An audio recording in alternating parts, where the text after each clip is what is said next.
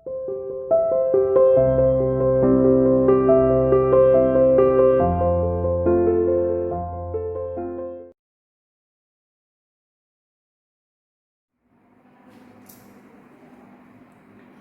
Students, how are you? Sial international online classes में welcome. Class 11th का topic discuss कर रहे थे हम, न्यूट्रिशन इन प्लांट्स। इससे पहले वाले लेक्चर में मैं आपको बता चुकी हूँ कि जो फोटोसिंथेसिस है वो एक रिडॉक्स रिएक्शन है, यानी जिसमें रिडक्शन और ऑक्सीडेशन दोनों एक साथ साइमल्टेनियसली प्लेस करते हैं। और इसको हमने दो रिएक्शन में डिवाइड किया है, एक लाइट रिएक्शन और एक डार्क रिएक्शन। तो मैंने आपको बताया था कि जो लाइट रिएक्शन है वो लाइट के ऊपर डायरेक्टली डिपेंडेंट होती है, और डार्क रिएक्शन है वो लाइट रिएक्शन में बनने वाले बाय प्रोडक्ट्स के ऊपर डिपेंडेंट होती है। ठीक है, तो डार्क रिएक्शन डायरेक्टली लाइट के ऊपर डिपेंडेंट नहीं है, इसीलिए हमने उसे डार्क रिएक्शन बोल दिया। ऐसा नहीं होता कि सुबह लाइट रिएक्शन होती है और रात में डार्क रिएक्शन होती है। लाइट रिएक्शन और डार्क रिएक्शन दोनों एक साथ ही होती हैं, पर जो लाइट रिएक्शन में प्रोडक्ट बन रहे हैं वो आपको डार्क रिएक्शन में हेल्प करेंगे। इसीलिए हम दूसरा जो लाइट रिएक्शन है वो डायरेक्टली सनलाइट के ऊपर डिपेंड कर रही है, और जो डार्क रिएक्शन है वो डायरेक्टली सनलाइट के ऊपर डिपेंड नहीं करती है, इसलिए हम उसे डार्क रिएक्शन कहते हैं। फिर मैंने आपको बताया था कि लाइट रिएक्शन में आपको दो और साइकिल पाथवेज डिफरेंट देखने को मिलते हैं। एक तो था जिसके अंदर हमने बताया था आपको साइक्लिक ईटीएस या साइक्लिक इलेक्ट्रॉन ट्रांसपोर्ट चेन, एक होता है नॉन साइक्लिक ईटीएस या फिर non cyclic electron transport chain. Dark reaction के 3 पाथवे बताए थे, C3 पाथवे, C4 पाथवे और कैम पाथवे, जिसमें मैंने आपको ये बताया था कि ये तीनों पाथवे किसी एक प्लांट में एग्जिस्ट नहीं करते, पर तीनों में से कोई एक पाथवे किसी न किसी प्लांट में ज़रूर आपको देखने को मिलेगा। क्लियर?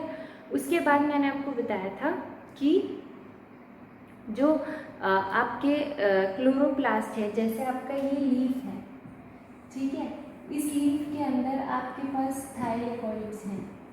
इस थाइलेकॉइड के अंदर ये आपकी थाइलेकॉइड मेम्ब्रेन है, और इसके अंदर ये डिफरेंट आपके फोटोसिंथेटिक पिगमेंट अरेंज हैं। ये जिस फॉर्म में अरेंज होते हैं उसे आप क्वांटस फॉर्म या रिएक्शन बोलते हैं, या फिर फोटो सिस्टम बोलते हो आप इसे, या फिर आप इसे रिएक्शन क्वांटोसोम बोलते हैं, या तो हम इसे क्वांटोसोम बोलते हैं या हम इसे फोटो सिस्टम बोलते हैं। यहाँ पर एक रिएक्शन सेंटर होता है।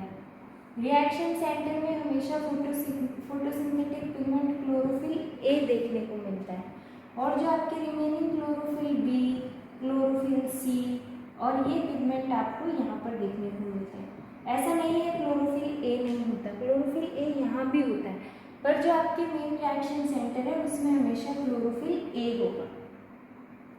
इसके अंदर हमने दो फोटो सिस्टम बनाए हैं, फोटो सिस्टम फर्स्ट और फोटो सिस्टम सेकेंड। ये फोटो सिस्टम फर्स्ट और सेकेंड डिपेंड करते हैं कि जो आपके रिएक्शन सेंटर पे क्लोरोफिल ए है वो किस वेवलेंथ की लाइट को एब्जॉर्ब कर सकता है। तो आपके जो फोटो सिस्टम फर्स्ट है उसके अंदर जो आपकी 700 नैनोमीटर की लाइट है, सन से जो वेवलेंथ आ रही है उसमें जो 700 नैनोमीटर की वेवलेंथ है उसको फोटो सिस्टम फर्स्ट एब्जॉर्ब करेगा, और आपकी जो वेवलेंथ 680 नैनोमीटर की है उसको फोटो सिस्टम सेकेंड एब्जॉर्ब करेगा। उसके बाद जो आपके ये एसेसरी पिगमेंट्स हैं इनकी जो कॉन्फ़िगरेशन है उसमें कोई फ़र्क नहीं मिलता फोटो सिस्टम फर्स्ट और सेकेंड में। आपको जो डिफरेंस मिलता है वो रिएक्शन सेंटर में मिलता है। अगर फोटो सिस्टम फर्स्ट है तो ये 700 नैनोमीटर की वेवलेंथ को एब्जॉर्ब करेगा, और अगर ये फोटो सिस्टम सेकेंड है तो 680 नैनोमीटर से नीचे या 680 नैनोमीटर की वेवलेंथ को एब्जॉर्ब करेगा। उसके बाद मैंने आपको बताया था कि सनलाइट जो है वो फोटोन्स या पार्टिकल्स को फेंकती है, ठीक है, जिसको हम एब्जॉर्ब करते हैं, और जैसे ही जिसको हम एब्जॉर्ब करते हैं फोटोन्स को, वैसे ही यहाँ रिएक्शन सेंटर से एक इलेक्ट्रॉन इजेक्ट होता है या एक इलेक्ट्रॉन रिमूव करता है। जिसे डिफरेंट इलेक्ट्रॉन कैरियर्स कैरी करते हैं।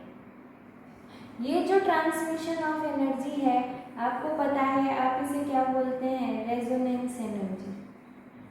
इसे हम बोलते हैं रेजोनेंस एनर्जी। क्लियर। अब यहाँ पर जो हम स्टडी कर रहे हैं, यह आपके लाइट रिएक्शन का first step cyclic ETS study कर रहे हैं। इसके बाद हम नॉन साइक्लिक ईटीएस करेंगे। आपको याद रखना है कि साइक्लिक ईटीएस के दो फंक्शन हैं, या फिर लाइट रिएक्शन के दो फंक्शन हैं। सबसे पहले एटीपी का बनना, और दूसरा आपकी जो रिड्यूसिंग पावर है, जैसे NADPH है, FADH है, इन मॉलिक्यूल्स की सिंथेसिस करना।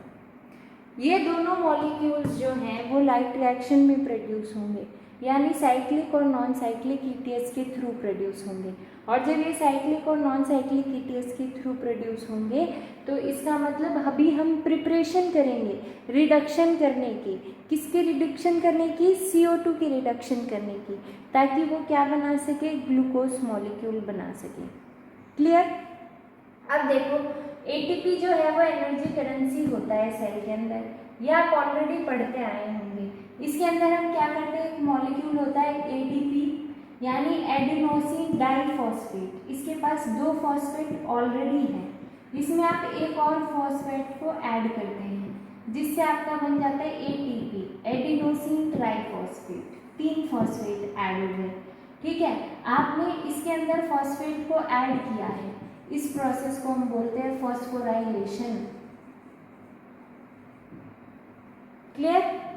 जब हम साइक्लिक ईटीएस पढ़ेंगे तो मैं आपको बता दूं, साइक्लिक ईटीएस के अंदर कोई रिड्यूसिंग पावर NADPH, FADH2 ऐसे कुछ सिंथेसिस नहीं होता।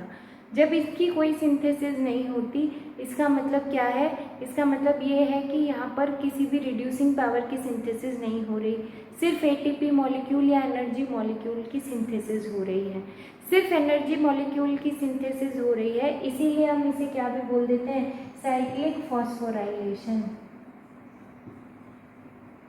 साइक्लिक ईटीएस या साइक्लिक फॉस्फोराइलेशन। क्लियर। तो आइए समझते हैं साइक्लिक फॉस्फोराइलेशन को।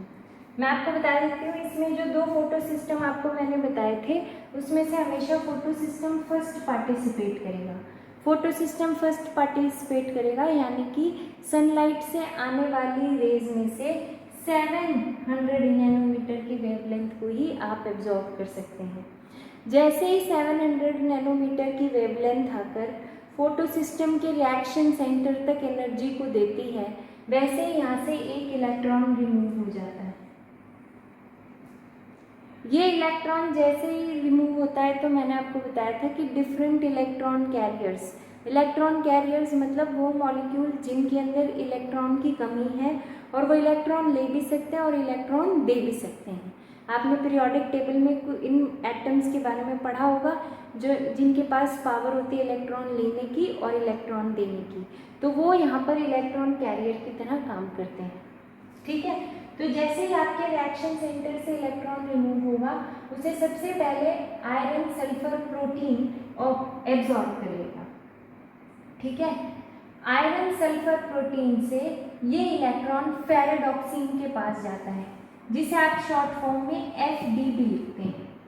ठीक है, सबसे पहले फोटो सिस्टम फर्स्ट ने इलेक्ट्रॉन को रिमूव किया, आयरन सल्फर प्रोटीन ने एब्जॉर्ब किया, उसके बाद इलेक्ट्रॉन को पास किया फेरेडॉक्सिन के पास, जिसे आप FD भी लिखते हैं। उसके बाद जो इलेक्ट्रॉन है वो साइटोक्रोम B6 के पास आएगा। जैसे ही साइटोक्रोम B6 के पास इलेक्ट्रॉन आता है, वैसे ही ये इलेक्ट्रॉन जब साइटोक्रोम F के पास जाएगा, तो साइटोक्रोम F के पास जाने से पहले ही आपके पास इतनी एनर्जी आ जाएगी कि आप एक इनऑर्गेनिक फॉस्फेट को ADP से अटैच करा देंगे और यहाँ पर ATP की सिंथेसिस हो जाएगी। यानी कि आपको ये याद रखना है कि साइक्लिक ETS या साइक्लिक फॉस्फोराइलेशन में किन मॉलिक्यूल के बीच ATP बनेगा। तो आपका आंसर क्या आएगा, साइटोक्रोम B6 से जब साइटोक्रोम F के पास इलेक्ट्रॉन ट्रांसफर हो रहा होगा, तब आपके ATP की सिंथेसिस होगी। उसके बाद जो है आपका इलेक्ट्रॉन साइटोक्रोम F से वापस से प्लास्टोसाइनिन के पास आता है और प्लास्टोसाइनिन वापस इसे फोटोसिस्टम फर्स्ट को दे देता है। फिर दोबारा से लाइट आएगी, फिर ये इलेक्ट्रॉन आएगा, जहाँ से इलेक्ट्रॉन रिलीज हुआ वहाँ पर ही एंड में वापस आ गया, इसीलिए हम इसे कहते हैं साइक्लिक ईटीएस। क्योंकि बेटा आप देखें यहाँ से एक्सटर्नल सोर्स नहीं है कोई भी इलेक्ट्रॉन का, एक्सटर्नली फोटो सिस्टम के पास कोई इलेक्ट्रॉन नहीं आ रहा। अगर हर बार ये इलेक्ट्रॉन देता जाएगा और इसके पास वापस इलेक्ट्रॉन नहीं आएगा तो थोड़े टाइम के बाद आपकी ये साइकिल जो है वो स्टॉप हो जाएगी। ये साइकिल स्टॉप हो जाएगी तो एटीपी की सिंथेसिस स्टॉप हो जाएगी और लाइट रिएक्शन में जो चीज़ें बननी थी वो चीज़ें बननी बंद हो जाएंगी। लाइट रिएक्शन बंद होते ही आपकी डार्क रिएक्शन भी बंद हो जाएगी। इसीलिए जो इलेक्ट्रॉन हम इजेक्ट कराते हैं वो इलेक्ट्रॉन वापस फोटोसिस्टम फर्स्ट के पास आ जाता है और ये साइकिल एज इट इज चलती रहती है और एटीपी की सिंथेसिस होती रहती है। आपको इसमें सीक्वेंस याद रखना है कि जैसे ही फोटोसिस्टम फर्स्ट से इलेक्ट्रॉन रिलीज हुआ वो किसके पास गया, फिर किसके पास गया। दूसरा जो मोस्ट इम्पॉर्टेंट स्टेप है वो आपको साइटोक्रोम B6 से साइटोक्रोम F का याद रखना है, क्योंकि इसी के बीच आपकी एटीपी की सिंथेसिस हो रही है। जिस भी स्टेप पे एटीपी की सिंथेसिस होगी या रिड्यूसिंग पावर की सिंथेसिस होगी, रिड्यूसिंग पावर मतलब ऐसा मॉलिक्यूल जो दूसरे मॉलिक्यूल की रिडक्शन करा सके, तो उनका आपको ध्यान ज़रूर रखना है।